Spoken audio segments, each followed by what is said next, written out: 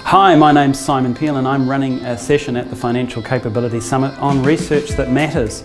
Financial capability research is a rapidly evolving field of research, and we've brought together two leading researchers from the University of Auckland and from Massey University, as well as some leading practitioner researchers from the Commission for Financial Capability, Financial Markets Authority and the Ministry of Business, Innovation and Employment. And what we're looking at is how we can do research in ways that really help build financial capability, and research that we can use to help inform our work.